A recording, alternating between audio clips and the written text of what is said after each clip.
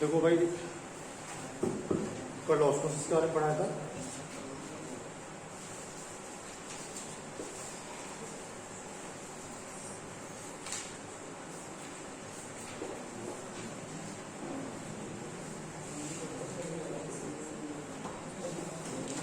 Osmotic pressure के बारे में आपसे बात करेंगे। और जो ऑस्मोटिक प्रेशर है उसे हम लोग परासरण दाब कहते हैं। परासरण दाब। कल एक एक्सपेरिमेंट पढ़ाया था ऑस्मोसिस के लिए, और कल जो परासरण के लिए एक एक्सपेरिमेंट पढ़ाया उस एक्सपेरिमेंट में बताया था मैंने आपको हमें करना क्या है। एक गुल्फ बोतल लेना है।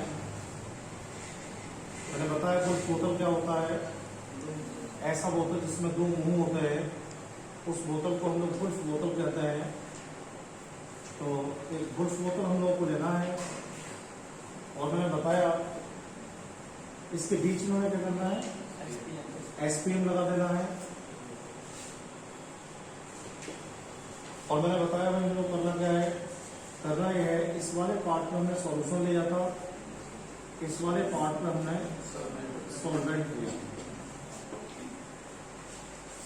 मैंने बताया कल आपके लिए, जब किसी सॉल्यूशन के लिए सॉल्वेंट से हम लोग सेपरेट करते हैं बाय द एसपीएम, किसी विलयन के लिए विलायक से जब एसपीएम के द्वारा पृथक किया जाता है, किसी भी विलयन के लिए विलायक से जब एसपीएम के द्वारा पृथक किया जाता है, तो एसपीएम से सेपरेट करने पर क्या होता है, जो सॉल्वेंट के पार्टिकल होते हैं ना, वो सॉल्यूशन में आने लगते हैं।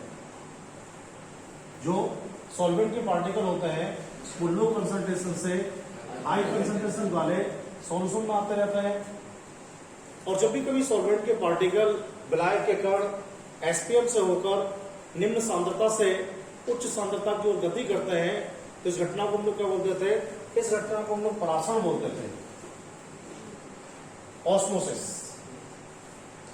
देखिए प्रॉब्लम क्या हुआ यहाँ पर, प्रॉब्लम ये हुआ कि सॉल्वेंट जो इसमें ट्रांसफर हुआ तो लेवल नीचे जाता रहा, और यहां पर आके स्टे कर गया। और सॉल्यूशन में क्या हुआ भाई, सॉल्यूशन में लेवल ऊपर जाता रहा, यहां पे स्टे कर गए। तो सवाल क्या है मेरा आपसे, मेरा क्वेश्चन आपसे यह है कि जब ये ऑस्मोसिस पूरा हो जाएगा ना, तो ऑस्मोसिस पूरा होने के बाद क्या होगा, ऑस्मोसिस पूरा होने के बाद जो हमारा सॉल्यूशन है उस सॉल्यूशन के इस वाले साइड में आप एक पिस्टन लगाएंगे, इस वाले साइड में लगाएंगे। पिस्टन का फंक्शन क्या होता है, ये थर्मोडायनामिक्स में हम लोग पढ़ के आए भाई। पिस्टन क्या कर सकता है, पिस्टन एक ऐसा सिस्टम होता है जो किसी भी कंडीशंस में प्रेशर को या तो कम कर सकता है या प्रेशर को बढ़ा सकता है। तो हम लोग क्या कर रहे हैं, हम लोगों ने क्या काम किया, हम लोगों ने सॉल्यूशन के ऊपर एक प्रेशर लगाया, और एक ऐसा प्रेशर देखिए आप, जब सॉल्यूशन पे प्रेशर लगेगा तो परपेंडिकुलर प्रेशर होगा लंबवत।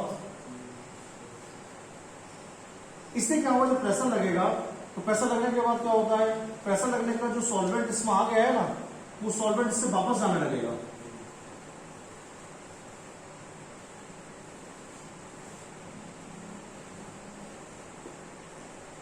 और तब तक हम लोग उसको प्रेशर को अप्लाई करेंगे जब तक कि ये अपनी मूल अवस्था में वापस नहीं पहुंच जाएगा। सबको बताना है, वह परपेंडिकुलर प्रेशर जो सॉल्यूशन पर अप्लाई किया जाता है, वह परपेंडिकुलर प्रेशर जो सॉल्यूशन पर अप्लाई किया जाता है और ऑस्मोसिस को रोकने में कंट्रोल करता है या ऑस्मोसिस को कंट्रोल करता है, उसे हम लोग क्या बोल सकते हैं, ऑस्मोटिक प्रेशर बोल सकते हैं।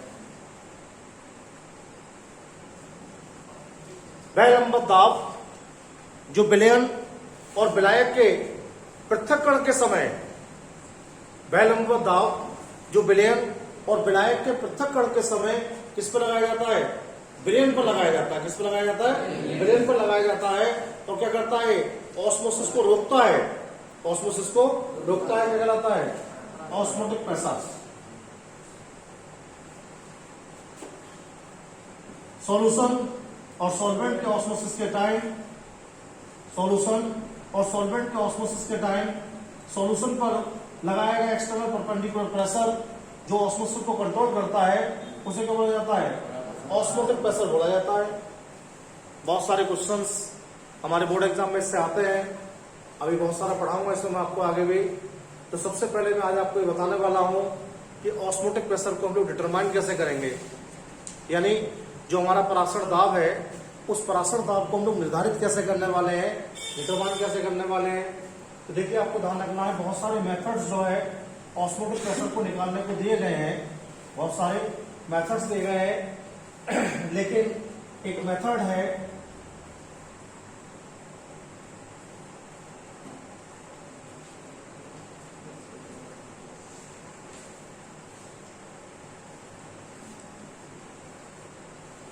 वर्कले हार्टले मेथड है, ये वर्कले हार्टले मेथड है।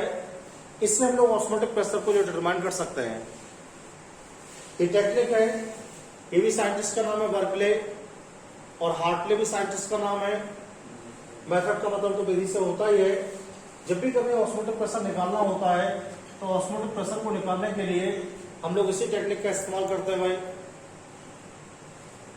करना क्या होता है इस पूरे प्रोसेस में हम लोगों के लिए, करना हम लोगों को इस पूरे प्रोसेस में ये होता है, एक हम लोग जो है फिल्ट्रेट पाइप लेते हैं इस टाइप से,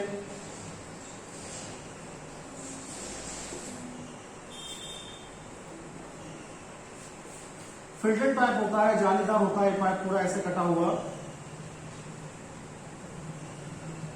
ऐसे।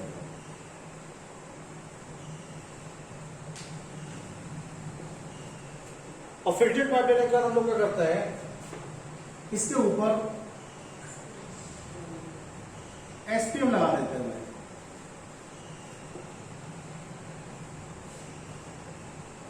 ऐसे तो सबसे पहले काम हमें यही करना है, फिल्ट्रेट पाइप हम लोगों को लेना है और फिल्ट्रेट पाइप लेने का क्या करना है, उस पर एसपीएम को हम लोगों को लगा देना है। और जैसे फिल्ट्रेट पाइप पर हम लोग एसपीएम को लगाएंगे तो क्या होगा, एसपीएम को लगाने के बाद इसमें एक तरफ हम लोग क्या करेंगे, एक तरफ तो हम लोग इसमें ये ट्यूब लगा देंगे ऐसे। इस ट्यूब को हम लोग कैपिलरी ट्यूब बोलते हैं भाई, केसनली। और दूसरी तरफ हम लोग क्या करेंगे, फनल लगा देंगे।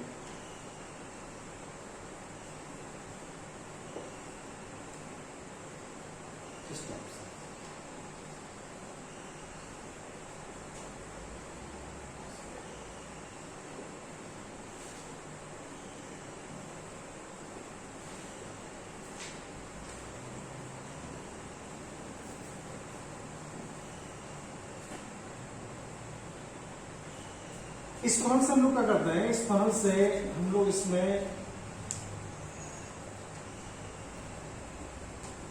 जो हमारा सॉल्यूशन है, सॉल्वेंट है,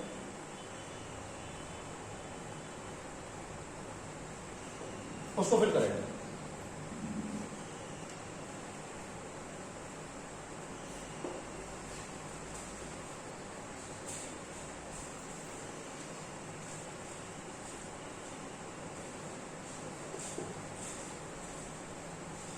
और एक बॉक्स और देंगे सर आपके लिए, उस बॉक्स में क्या होगा, ये इस टाइप का बॉक्स होगा जिसमें बीच में फिट हो जाएगा, ये ऐसा होगा,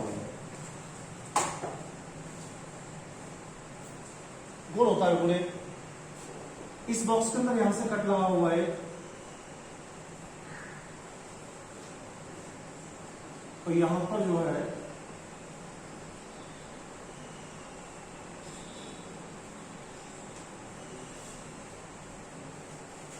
दाब को मेजरमेंट करने के लिए सिस्टम लगा होता है जिसे मैनोमीटर कहते हैं, मैनोमीटर। और इसी जगह पर एक पिस्टन लगा होता है यहीं पर,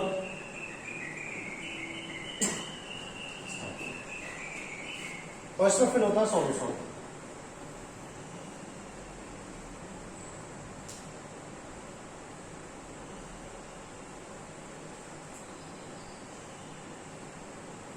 सपोज कीजिए जो हमारी कैपिलरी ट्यूब है उसमें लेवल यहां तक है इस समय, ये क्या है, बेसिक लेवल है इसका, यहां तक भरा हुआ है सॉल्वेंट। अभी क्या किया हमने, हमने एक पाइप लिया, फिल्ट्रेट जालीदार पाइप लिया।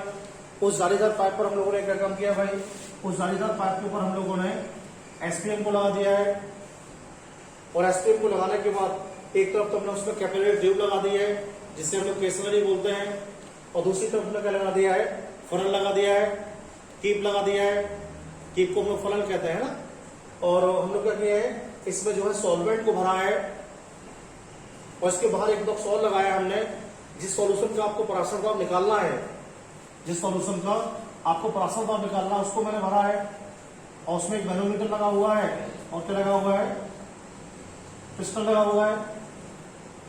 अभी क्या होगा, इस सारा सिस्टम जब लोग फिट कर देंगे तो सारा सिस्टम फिट होने के बाद क्या होगा, जो हमारा सॉल्वेंट है ना वो ऑस्मोसिस से किस में आने लगेगा, सॉल्यूशन में आने लगेगा। और जब हमारा सॉल्वेंट सॉल्यूशन में आएगा तो क्या होगा भाई, जो हमारी कैपिलरी ट्यूब है उसमें क्या होता जाएगा, लेवल जो कम होता जाएगा। और एक स्थिति कैसी आएगी, कांस्टेंट कर जाएगा ये। जैसे ही कांस्टेंट करेगा तो इसका मतलब क्या होगा बताओ, ऑस्मोसिस की कंडीशन पूरी होगी ना, बराबर हो गए। और जैसे ही बराबर होगा ना, तो बराबर होने के बाद क्या होगा, जैसे ये रुकेगा, स्टे करेगा यहाँ पर, उसके बाद जो आपके पास पिस्टन है ना, इस पिस्टन से इस सॉल्यूशन के ऊपर एक परपेंडिकुलर प्रेशर लगाएंगे। और जैसे ही प्रेशर लगाएंगे आप लोग, प्रेशर लगाने के बाद क्या होगा, इस सॉल्यूशन में जो सॉल्वेंट आ गया है वो सॉल्वेंट दोबारा से इसमें वापस जाने लगेगा। और जैसे सॉल्वेंट दोबारा से इसमें वापस जाएगा तो जिस दाब पर एक कंडीशन होगी वो दाब किस पर नोट हो जाएगा, मैनोमीटर में नोट हो जाएगा। वही इस बिलियन का पराशर दाब होगा। समझ में आई बात? तो ये बहुत बढ़िया टेक्निक है ऑस्मोटिक प्रेशर को फाइंड आउट करने की। इस साइंटिस्ट बर्कले और हार्टले के द्वारा रिप्रेजेंट किया गया है। कुछ खास बात है इस मेथड्स के बारे में ये है, पहली बात तो ये जो टेक्निक है वो इसलिए ज्यादा यूजफुल है कि इसमें प्रेशर को बहुत एक्यूरेसी में निकाला जाता है। दूसरी बात, कभी कभी क्या होता था, कुछ मेथड्स में ऐसा होता है कि जो एसपीएम होते टूट जाती है, एसपीएम टूट जाएगी तो सारा सिस्टम गड़बड़ हो जाएगा भाई। तो इसमें एसपीएम के टूटने का डर भी कम रहता है, ये भी इसकी यूजफुल यूजनेस है। तीसरी बात, इसमें जो सॉल्यूशन आपका है और जो सॉल्वेंट आपका होता है उसकी कंसंट्रेशन चेंज नहीं होती है। और चौथा आपको बताना है, बहुत ही कम टाइम में रिजल्ट देता है, बहुत ही कम टाइम में रिजल्ट देता है। इसलिए जो हमारा एनसीईआरटी का बुक है उसमें इसी के बारे में जिक्र किया गया है। बर्कले हार्टले क्या है, तो बहुत बार हमारे एग्जाम में क्वेश्चन आया ऑस्मोटिक प्रेशर क्या होता है, और ऑस्मोटिक प्रेशर को फाइंड आउट करने का कोई एक अच्छा टेक्निक आप बताइएगा। तो पहले हम लोग ऑस्मोटिक प्रेशर को डिफाइन कर देंगे। वह परपेंडिकुलर प्रेशर जो सॉल्यूशन और सॉल्वेंट को एसपीएम से सेपरेट करते समय किस पर लगाया जाता है, सॉल्यूशन पर लगाया जाता है। और जो ऑस्मोसिस को कंट्रोल कर देता है उसे हम लोग क्या बोलते हैं, ऑस्मोटिक प्रेशर कहते हैं। ऑस्मोटिक प्रेशर को डिटरमाइन करने के लिए बहुत सारे मेथड्स रिप्रेजेंट किए गए हैं, लेकिन उन सभी मेथड्स में से बर्कले हार्टले मेथड सबसे ज्यादा यूजफुल है। आपको बताना है बर्कले हार्टले मेथड्स के बारे में। बर्कले हार्टले मेथड्स हम लोग नोट कर देंगे, उसके बाद बताएंगे। सबसे पहले एक फिल्ट्रेट पाइप मेरे को लेना है, और जो फिल्ट्रेट पाइप लेना है उसके ऊपर एसपीएम की लेयर लगा देनी है। एसपीएम की लेयर को लगाने के बाद उसके एक टर्मिनल के ऊपर कैपिलरी ट्यूब लगाना है, दूसरे टर्मिनल के ऊपर फनल लगाना है। टर्मिनल का मीन सिरे से होता है मेरा, और आपको बताना है इसमें सॉल्वेंट को भरने के बाद इसके बेसिक लेवल को नोट कर लेना है। उसके बाद एक और बॉक्स लगाना है जिस बॉक्स में सॉल्यूशन भरा होगा, और सॉल्यूशन के साथ साथ इसमें पिस्टन लगी होगी जो कि प्रेशर को कम या ज्यादा कर सकती है। एक मैनोमीटर लगा होगा जो कि दाब को नापने में इस्तेमाल किया जाएगा। आपको बताना है परासन की प्रोसेस स्टार्ट होगी, सॉल्वेंट सॉल्यूशन में जाने लगेगा, और जैसे सॉल्वेंट सॉल्यूशन में जाएगा तो कैपिलरी ट्यूब के अंदर जो लेवल है वो डाउन होता जाएगा, और एक कंडीशन में आके स्टे कर जाएगा, रुक जाएगा। ये जहां पर रुक जाएगा वहां पर ऑस्मोसिस को पूरा माना जाएगा, और जो ऑस्मोसिस को पूरा माना जाएगा तो पिस्टन से सॉल्यूशन के ऊपर प्रेशर को अप्लाई किया जाएगा, और पिस्टन से सॉल्यूशन पर जो प्रेशर अप्लाई किया जाएगा वो ऑस्मोसिस को वापस कर देगा ना, रोक देगा।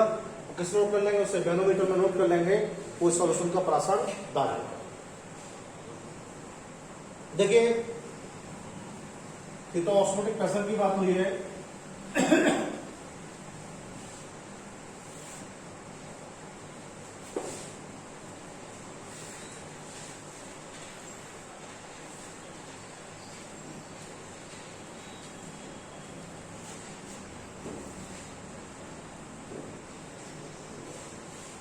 लॉ ऑफ ऑस्मोटिक प्रेशर के बारे में आपको डिस्कस करूंगा इस टॉपिक में आगे। पराशर दाब के नियम क्या है? अभी राउल्ट के नियम के बारे में बात हो चुकी है आप लोगों से, और जब आइडियल सॉल्यूशन आपको पढ़ा रहे थे तो दो बातें और कही थी आपसे। क्या कहा था भाई आपसे? वाइल्ड वांटाफ के बारे में आपसे कहा था कि आगे जाके बताएंगे आपको, और चार्ल्स वांटाफ के बारे में बताएंगे। दो लॉ में आपको यहाँ पर स्टडी कराऊंगा। पहला जो लॉ में आपको स्टडी कराऊंगा वो बॉयल वांटाफ का कराऊंगा, और दूसरा लॉ जो मैं आपको स्टडी कराऊंगा चार्ल्स वांटाफ का लॉ मैं आपको स्टडी कराऊंगा भाई।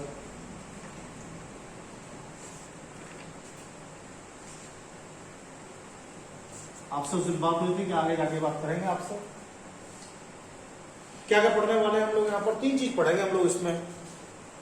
देखिए, जो पराशर दाब होता है, ऑस्मोटिक प्रेशर होती है बेटे, ऑस्मोटिक प्रेशर को रिप्रेजेंट करेंगे हम लोग पाई से।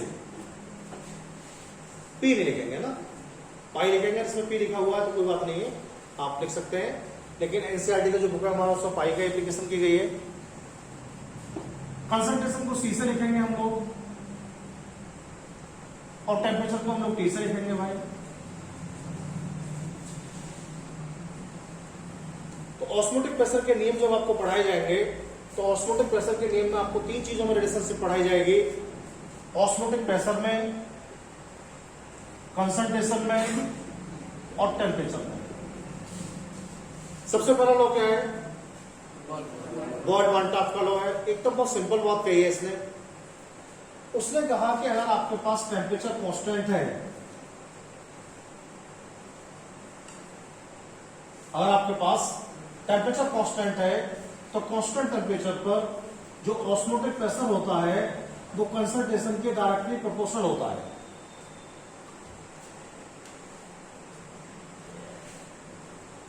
At constant temperature, the osmotic pressure of any solution is directly proportional of their concentration. At constant temperature, the osmotic pressure of any solution is directly proportional of their concentration. यानी निश्चित ताप पर किसी भी विलयन का जो पराशर दाब है, निश्चित ताप पर किसी भी विलयन का जो पराशर दाब है वो उसकी कंसंट्रेशन के समानुपाती होता है। समझ में? अब समानुपाती होता है तो फिर इसे सॉल्व करो। पाई समानुपाती कंसंट्रेशन क्या होती है? कंसंट्रेशन होती है C equal to N upon B, N upon, तो यहां पर क्या हो जाएगा? N upon B। इस बात को हम लोग यहीं छोड़ देते हैं। ये तो बॉयल वांटाफ की बात हो गई। चार्ल्स वांटाफ ने अपने स्टेटमेंट में क्या कहा? चार्ल्स वांटाफ ने अपने स्टेटमेंट में कहा कि जो कंसंट्रेशन है अगर आप उसे कांस्टेंट कर देंगे, जो कंसंट्रेशन है अगर आप उसे कांस्टेंट कर देंगे, कौन कौन सी बची? दो, ऑस्मोटिक प्रेशर और टेम्परेचर तो बचा। तो उसने कहा at constant concentration, at constant concentration the osmotic pressure of any solution, at constant concentration the osmotic pressure of any solution is directly proportional of their temperature.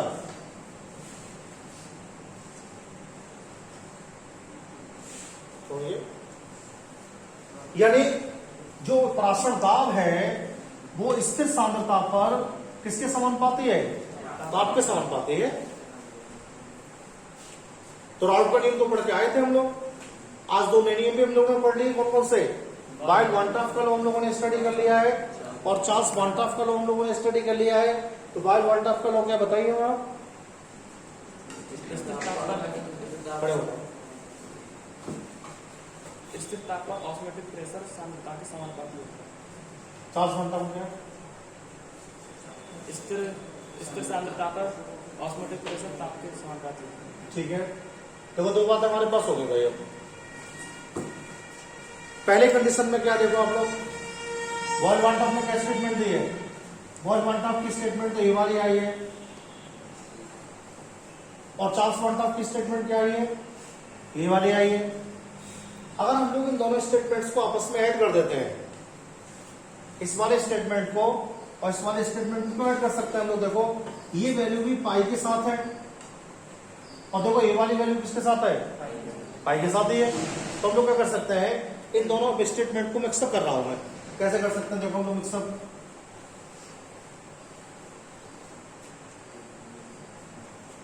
ये स्टेटमेंट है voile one half का,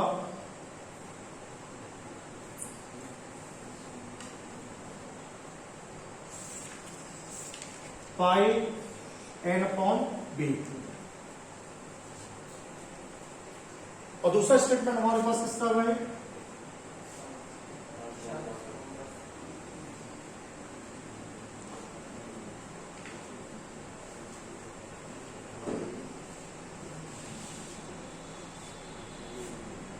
अगर आप इन दोनों statements को add कर देंगे from the equation first and second, हम लोग ऐड करते क्या हो जाएगा, ये हो जाएगा पाई एन टी अपॉन वी। सही, कोई टी के तो समानुपाती हो गया ना, एन के समानुपाती हो गया, वी के व्युत्क्रमानुपाती हो गया। और हम लोग क्या करते हैं, हम लोग ये करते हैं भाई, ये जो साइन है ना इसको हटा देते हैं और हम लोग किसमें पढ़ रहे हैं, कौन सा चैप्टर है हमारे, सॉल्यूशन। तो यहां पर एक कांस्टेंट कर देते हैं और कांस्टेंट कर देते हैं S, N T upon V. तो क्या हो जाएगा, pi V equal to N S T, pi V equal to N S T हो जाएगा। इक्वेशन नंबर 4 हो जाएगा और इस इक्वेशन को हम लोग बोलते हैं भाई solution equation, solution equation, pi V equal to N S T. अभी हम लोग क्या कर सकते हैं, जो इक्वेशन हमारे पास आया है, बहुत इंपोर्टेंट टॉपिक है ये जो पढ़ा रहा हूं आपको, न्यूमेरिकल आपके पेपर में आएगा, इसमें से 2 या 3 नंबर करने के लिए हर साल आता है, कभी ऐसा मौका नहीं आता है कि इस टॉपिक से क्वेश्चन नहीं आता है। Pi V equal to N S T हो गया। अब आप और कितने टाइप से इसको लिख सकते हैं, क्वेश्चन ये है। देखिए आप इसे मॉडिफाई कर सकते हैं, और जब आप इसे मॉडिफाई करेंगे तो कैसे कर सकते हैं भाई, जैसे आपके पास आ गया pi V equal to N S T, तो आप इसको ऐसे भी लिख सकते हैं कि pi equal to N upon V S T,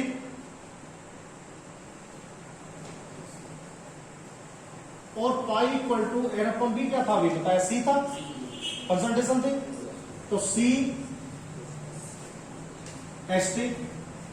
अगर इस इक्वेशन से, ये जो इक्वेशन आपके पास आया है, अगर आपके लिए किसी सॉल्यूशन की कंसंट्रेशन फाइंड है, अगर आपके लिए किसी सॉल्यूशन की कंसंट्रेशन फाइंड है, उसका टेम्परेचर फाइंड है, मैंने बोला 300 केल्विन टेम्परेचर पर ग्लूकोज सॉल्यूशन की कंसंट्रेशन 3.5 मोल पर लीटर है, ये ग्राम पर लीटर है, तो आप सीधा सीधा इससे निकाल सकते हैं। बहुत बार ऐसे क्वेश्चन तुम्हारे एग्जाम में आए हैं कि आपको कंसंट्रेशन दी गई है, यहां आपसे पूछा गया है 3.5 ग्राम ग्लूकोज 4 ग्राम पर लीटर, 3.5 ग्राम ग्लूकोज पर लीटर सॉल्यूशन में घोला गया तो 1 लीटर हो गया, तो बहुत एक मतलब सिंपल हो जाएगा इससे। तो भाई किसको यूज करेंगे, तो दूसरा इससे आप कैसे मॉडिफाई कर सकते हैं, ये है पाई वी इक्वल टू, ये एन है हम लोगों के पास, एन है ना, एन क्या होता है, नंबर्स ऑफ मोल होता है, और नंबर्स ऑफ मोल की जो वैल्यू होती है वो डब्ल्यू अपॉन क्या होती है भाई, एम होती है। पाई इक्वल टू लिख सकते हैं हम लोग W upon M S T. अगर हम इसमें से पाई को फाइंड आउट करना चाहें तो पाई इक्वल टू क्या हो जाएगा, W S T upon M B. इस वाले फॉर्मूला से भी आप ऑस्मोटिक प्रेशर को फाइंड कर सकते हैं। तो ऑस्मोटिक प्रेशर को निकालने की 3 कंडीशंस मैंने आपको सिखा दी हैं। इसका भी आप यूज कर सकते हैं, इसका भी आप यूज कर सकते हैं, और आप इसका भी यूज कर सकते हैं। किसी फॉर्मूला से आप लोग ऑस्मोटिक प्रेशर को निकाल सकते हैं। जैसी कंडीशन होगी तो उसको मैं अप्लाई करके बताऊंगा आपके लिए, सारे क्वेश्चंस कराऊंगा इसमें। एक बात आप लोगों को ध्यान रखनी है, ऑस्मोटिक प्रेशर की कोगुलेटिव प्रॉपर्टी है। कई बार हमारे एग्जाम में सवाल पूछा गया है हम लोगों से ये 0.1 m NaCl हमारे पास है और ये 0.1 m BaCl2 हमारे पास है। बहुत बारे क्वेश्चन में आपके आंसर पेपर में रहेगा क्वेश्चन लिखा हुआ, इन दोनों में किस सॉल्यूशन का ऑस्मोटिक प्रेशर ज्यादा होगा। अब भाई सांद्रता तो बराबर है दोनों की, जब सांद्रता बराबर है तो ऑस्मोटिक प्रेशर भी बराबर होना चाहिए, क्योंकि ऑस्मोटिक प्रेशर जो होता है वो सांद्रता के समानुपाती होता है, बताया था भी। लेकिन यहां पर क्या प्रॉब्लम हुआ है, यहां पर जो NaCl आपको दिया गया है वो Na पॉजिटिव और Cl नेगेटिव में डिवाइड हो जाएगा, और जो BaCl2 आपको दिया है वो Ba डबल पॉजिटिव और 2Cl नेगेटिव में डिवाइड हो जाएगा। तो इसमें कितने आयन बने भाई, इसमें जो आयन बने उनकी संख्या 2 है, इसमें जो आयन बने उसकी संख्या क्या है 3 है। कितनी है 3, 2 तो Cl के और एक Ba का 3 है। तो आप ध्यान रखेंगे अगर कोई आयनिक कंपाउंड्स सॉल्यूशन में आयनों में डिवाइड हो जाता है तो जिसके आयन ज्यादा होते हैं उसका ऑस्मोटिक प्रेशर उतना ही ज्यादा होता है। किसका ज्यादा होगा इसमें, BaCl2 का ज्यादा होगा, ध्यान रखेंगे। अगर सर ने क्वेश्चन दिया होता आपके लिए कि BaSO4 और AlCl3 में किसका ऑस्मोटिक प्रेशर ज्यादा होगा, AlCl3 का ज्यादा होगा। क्यों ज्यादा होगा AlCl3 का ऑस्मोटिक प्रेशर, देखिए AlCl3 का इसलिए ज्यादा होगा कि AlCl3 में एक तो Al के आयन बनेगा और 3 Cl का, इसलिए ऑस्मोटिक प्रेशर इसका ज्यादा होगा। समझ में आ गई बात आपको। और कोई प्रॉब्लम नहीं है, सांद्रता अलग अलग दी है। तो ये S का ना, ये जो S आया है इसकी वैल्यू हम लोग क्या करते हैं, इसकी वैल्यू गैस कांस्टेंट के बराबर ही लगाते हैं। बताता हूं आपको,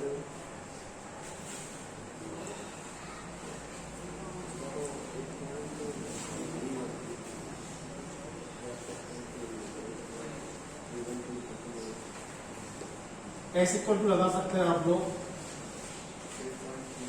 0.081 या फिर हम लोग यूज कर सकते हैं इसे 8.314। ये आपको एग्जाम में दिया जाएगा, नहीं दिया जाएगा इसे लगाएंगे तो दाब हमारा आएगा एटमॉस्फेयर में, इसे लगाएंगे तो जूल में आएगा। ठीक है, तो ये आप याद रखना। वैसे पेपर में लिखा आता है, मैं भी आपको दिया करूँ क्वेश्चन कराऊंगा तो S की वैल्यू कांस्टेंट होती है, जो गैस कांस्टेंट की वैल्यू होती है वही इसकी वैल्यू होती है, कोई चेंज नहीं होता है। आपको ध्यान रखना, देखो 3 बात आपको और ध्यान रखनी है।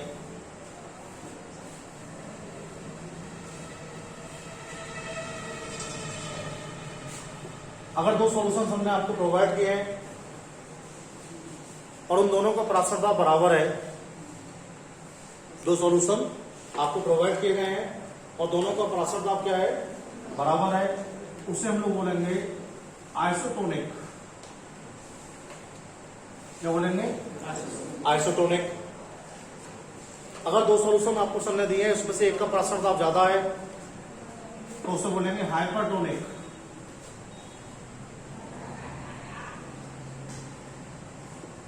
अगर सर ने 2 सॉल्यूशन दिए जिसका पराशर दाब कम है एक का तो उसे बोलेंगे हाइपोटोनिक।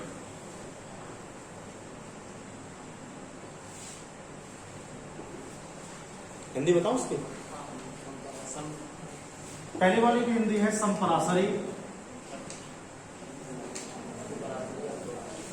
इसकी है अल्पपराशरी, इसकी है अल्पपराशरी। तो पराशर दाब बढ़ गया तो क्या हो जाएगा, अपराशरी हो जाएगा, घट गया तो क्या हो जाएगा, अल्पराशरी हो जाएगा, बराबर है तो क्या होगा, समपराशरी। तो जिन सॉल्यूशन में पराशर दाब इक्वल होते हैं ऑस्मोटिक प्रेशर तो कैसे होते हैं, समपराशरी होते हैं। बढ़ जाए तो क्या हो जाएगा, अब हिंदी में याद में रखिएगा ना, अरे बढ़िएगा। Isotonic, hypertonic, hypotonic.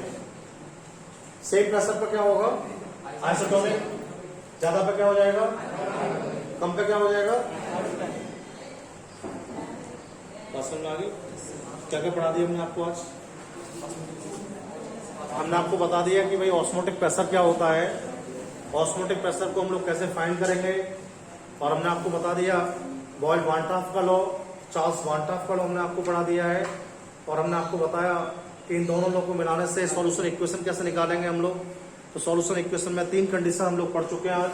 पहला हमने पढ़ लिया है पाई बी इक्वल टू NH3, और एक हमने पढ़ा पाई इक्वल टू CH3, और एक पढ़ा pi equal to WH3 upon MB, ये हम लोगों ने पढ़ा हुआ। तो 3 इक्वेशन हम लोगों को याद रखनी है, इनसे बहुत सारे क्वेश्चंस मैं कराऊंगा आप लोगों के लिए।